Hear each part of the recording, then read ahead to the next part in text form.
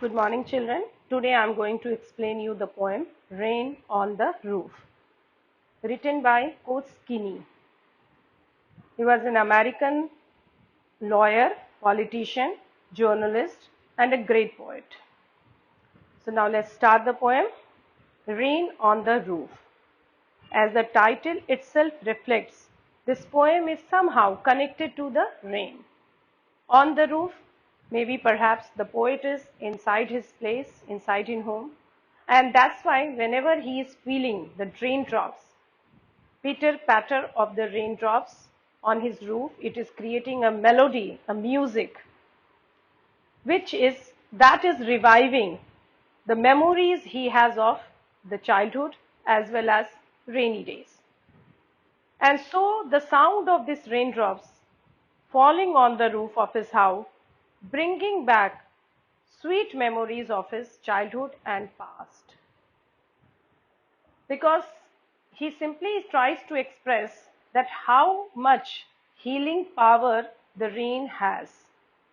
Healing power means sometimes even the sweetest memory bring back the saddest thought. Why is it so? Because we are not able to have those loving days back in our lives. But yes, it remains as a treasure in our heart, and so we are remembering, cherishing those memories, those who are maybe not with us, or maybe a little golden days which we had spent. So in this manner, this poem is expressing the healing power of rain as well as the poet's childhood memories. So let's begin the poem. Stanza 1. When the humid shadows hover over all the starry spheres, and the melancholy darkness gently weeps in rainy tears, what a bliss to press the pillow of a cottage chamber bed and lie listening to the patter of the soft rain overhead. Now, let us see the word meanings first. Humid. Humid means something which is full of moisture. Shadows. Shadows refers to the moisture-laden clouds. Okay. Hover. Hover means move around, as you would have seen the drones, how they keep on moving, helicopters. Melancholy, you all know, sad. Bliss, happiness. Patter. Patter, sound of raindrops.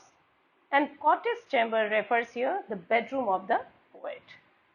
So now poet is, remember, he is simply saying that how he used to love and how he used to spend his time whenever there is a rainfall. So he is saying that when the sky is full of these clouds, which are moisture laden, humid shadows, means dark clouds, full of water, and are about to bring rain, when such clouds hover around in sky, hover over all the starry spheres. Starry spheres refers to the sky at night, which is full of stars. Okay, starry sky, surface. At that time, huge clouds, which are full of moisture, move around in the sky, and the sad darkness of the night is wiped off. Gently weeps in rainy tears and the melancholy darkness. So, the sad darkness of the night is wiped off by the raindrops, which seems like tears falling from the sky. So the melancholy darkness is gently wiped out with the, tears which is coming from the clouds. I will quote one term that Khalil Gibran has also written, that why these raindrops are crying, or you can say why they are like tears, because somehow perhaps the rain is crying or maybe shedding tears because they are being separated from clouds. But that's not the reference here. So again the poet is comparing raindrops to tears, and he says that the dark sky, which seems to be very sad, many reasons are there. It appears as if it's crying, and raindrops are coming down in the form of tears. He also adds that in this situation, it is a blessing for him. What a bliss! Means he is happy. So it's a blessing for him to press the pillow of cottage chamber bed. Means he loves to be in his bedroom and lie listening, and he wants to lie very quietly. And what he loves to listen? The pitter patter of soft rain overhead. So he loved to listen to the sound made by raindrops falling on his roof. So that is his favorite pastime. Means whenever there is rainy season, he loves to do all these things. Now look at the figure of speech. Alliteration we have, the repetition of consonant sound in two or more consecutive words. Humid hover, starry spears, press pillow, lie listening, and then we have very nice and wonderful literary device, Onomatopoeia, because I told you these are the sound denoting words. So patter is used for the sound. Personification, as we all know, darkness has been personified when he says that it is sad, and we have transferred epithet, the use of an adjective with a noun when it refers to another noun, means melancholy darkness. The darkness is not melancholy, but it refers to sad people. So melancholy darkness, he is remembering, and in fact sky also. So in this manner, lastly he says that how he loved to spend his time. His favorite pastime is that during this moment, whenever it rains, the poet likes to lay in bed and love the sound of rain falling on the roof of his room. Now let's move to the next stanza, stanza 2.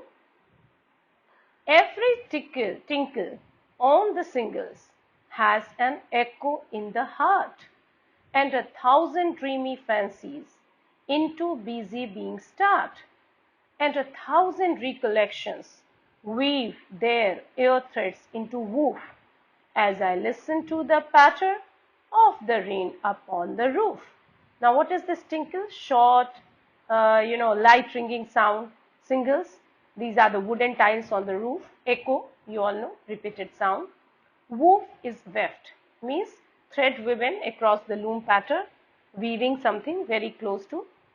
And busy being refers to human beings, and he is obviously, the poet is referring to himself. Now in the next stanza, what is he saying? That he is expressing his feelings when he is feeling the raindrops falling on the roof of top of his house. He says that every tinkle on the shingles, that every tinkling sound which is falling on the tiled roof has an echo in the heart. It creates an echo. Okay. So whenever this sound is being created by the falling of the raindrop on the rooftop, his heart is filled with dreams. So he says, and 1,000 dreamy fancies into busy being. Busy being is human being. He is referring to himself.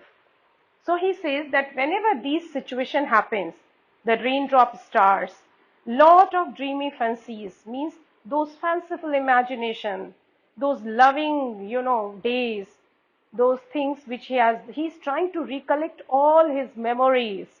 It adds his imagination into busy being in him, in the poet, and 1,000 recollections of loving days. So different dreams, recollects many memories of his childhood, come back to his mind, weave their air threads into woof. Means they started weaving air thread which is not seen, invisible. Means, but he is actually weaving those things.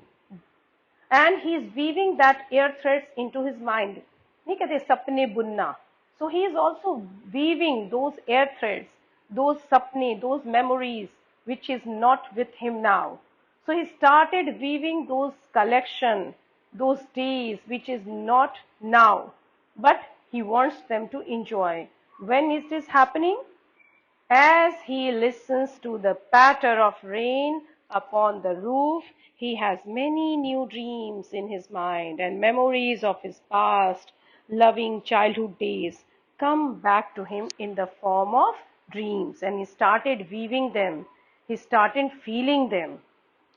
And then, what happens? The loving memory, first what is the most loving memory, if you will ever remember your childhood, if you are children. But if you ask me, obviously, the very first memory that is connected to my mother. Okay, let's see the literary devices. Alliteration we have. Again, uh, we have busy being, their thread, rain roof.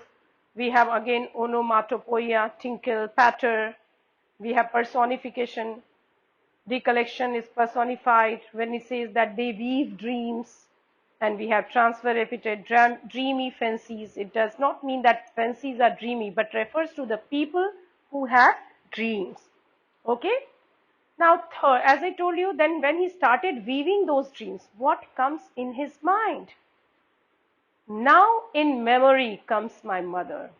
So when the third stanza begins, the very first line says that he is thinking about his mother, the most lovable memory of our life.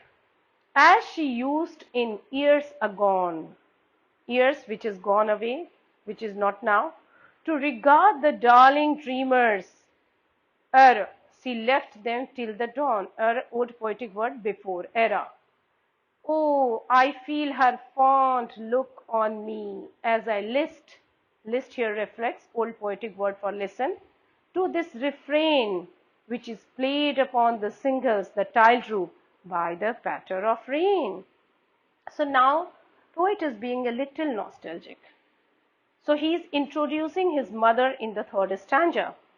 And he says that as he started weaving those loving memories of his childhood, the very first memory comes to his mind, that is about his mother. As he had told in the previous stanza that rain brings memories of the past, but it is the memory of his mother, obviously, perhaps she is no longer alive, that is coming to his mind. So he also remembered that how she used to love them, him also and his siblings also. And so she says that as she used in years agone to regard the darling dreamers era, she left them till the dawn. That mother was coming to maybe to kiss them, goodbye kiss. And the poet, he can feel that mother is looking at him and she is coming and kissing all her darling dreamers, not only he, but his siblings also. So she is going to look at them with all love and compassion.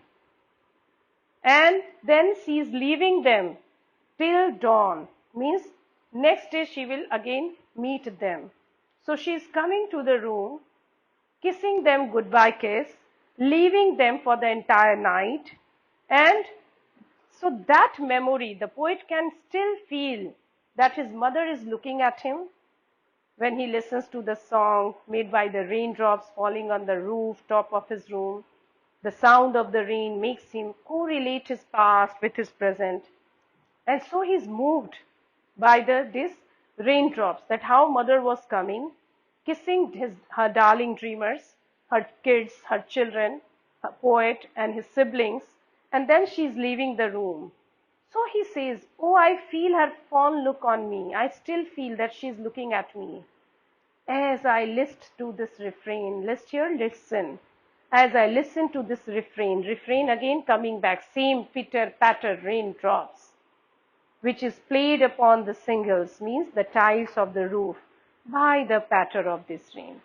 So this entire situation is taking me back to those loving childhood days where my mother was alive or was with me, and she used to love me a lot, and how she was loving all her darling dreamers, me and my brothers and sisters.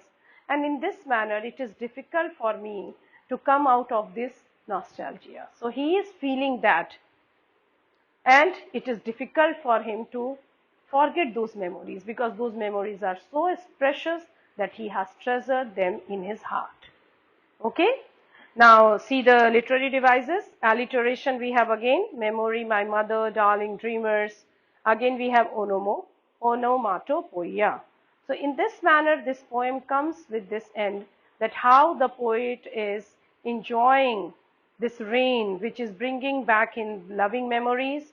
The poet has memories of his beloved mother, that when he was a child, she would put him and his siblings to bed and allow them to sleep.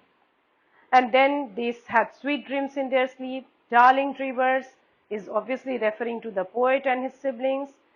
When they were children and had sweet dreams, they were loved by their mother, and so obviously they were the darling. So in this manner, he is thinking about his loving days, and he is feeling that this power of rain is healing, is able to heal those lovely childhood memories. Thank you children.